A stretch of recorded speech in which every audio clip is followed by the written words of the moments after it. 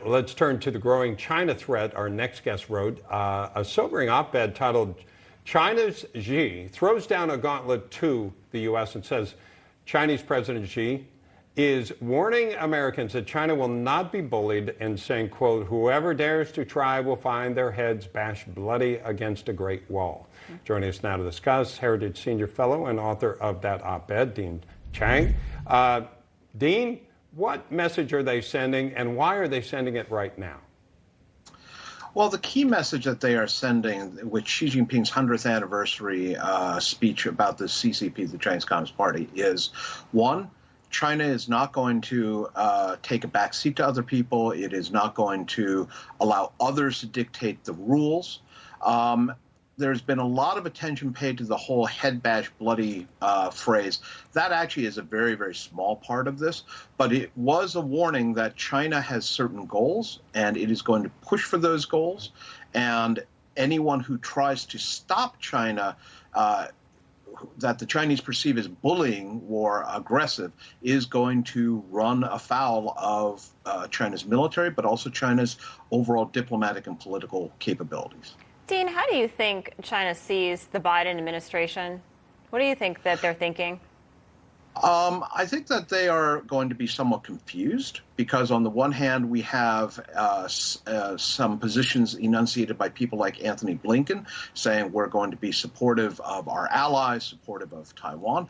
And then we have climate change czar John Kerry saying the most important thing that we can do is to stop climate change, which means, of course, getting China to stop emitting greenhouse gases. And since China doesn't do anything for free, he's essentially saying, what do you want, China? We'll give it to you. So that's a very confusing set of signals to be sent. You know, China, back in the 90s, I think they were something like 5% of global GDP, and that's up close to between 15 and 20%. I don't know the exact number, but I know you do. They're becoming an economic powerhouse. We've seen that. And now they're becoming a cyber powerhouse and a threat on that level. What do you think they're up to?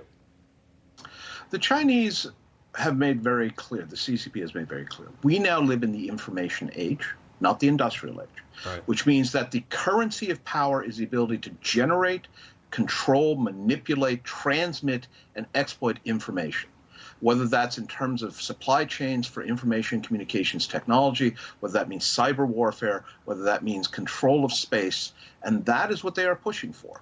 Everything from the strategic level, how information is interpreted, down to the very tactical level of bits, bytes, viruses, and malware. Dean, is this a war? And do we get it, that it is that kind of threat?